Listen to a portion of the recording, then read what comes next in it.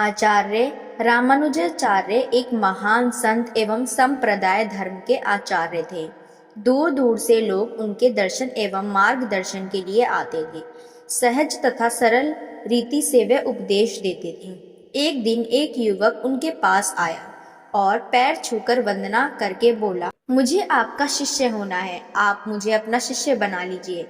रामानुजाचार्य ने कहा, तुझे शिष्य क्यों बनना है? युवक ने कहा, मेरा शिष्य होने का हेतु तो परमात्मा से प्रेम करना है। संत रामानुजाचार्य ने तब कहा, इसका अर्थ है कि तुझे परमात्मा से प्रीति करनी है, परंतु मुझे एक बात बता दे कि क्या तुझे तेरे घर के किसी व्यक्ति से प्रेम है? युवक ने कहा, नहीं, मुझे किसी से भी प्रेम नहीं। तब फिर संत श्री ने पूछा, तुझे तेरे माता पिता या भाई बहन पर स्नेह आता है क्या? युवक ने नकारते हुए कहा, मुझे किसी पर भी तनिक मात्र भी स्नेह नहीं आता।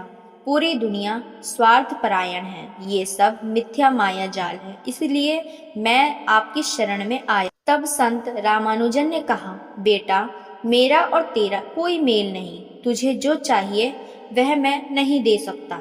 युवक यह सुन आश्चर्यचकित हो गया। उसने कहा, संसार को मिथ्या मानकर मैंने किसी से प्रीति नहीं की। परमात्मा के लिए मैं इधर उधर भटका।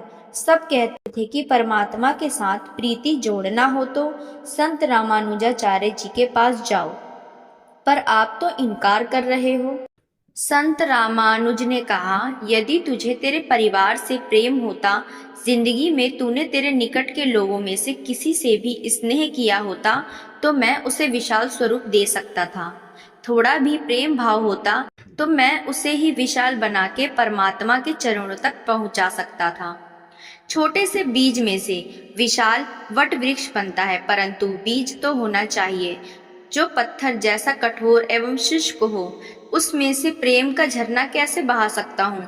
यदि बीज ही नहीं हो तो वट वृक्ष कहाँ से बना सकता हूँ? तूने किसी से प्रेम किया ही नहीं तो तेरे भीतर परमात्मा के प्रति प्रेम की गंगा कैसे बहा सकता हूँ? कहानी का सार यह है कि जिसे अपने निकट के भाई बंधुओं से प्रेम भाव नहीं, उसे ईश्वर से प्रेम भाव नहीं हो सकता। हमें अपने आसपास के लोगों और कर्तव्यों से मुंह नहीं मोड़ सकते। यदि हमें आध्यात्मिक कल्याण चाहिए तो अपने धर्म कर्तव्यों का भी उत्तम रीति से पालन करना होगा।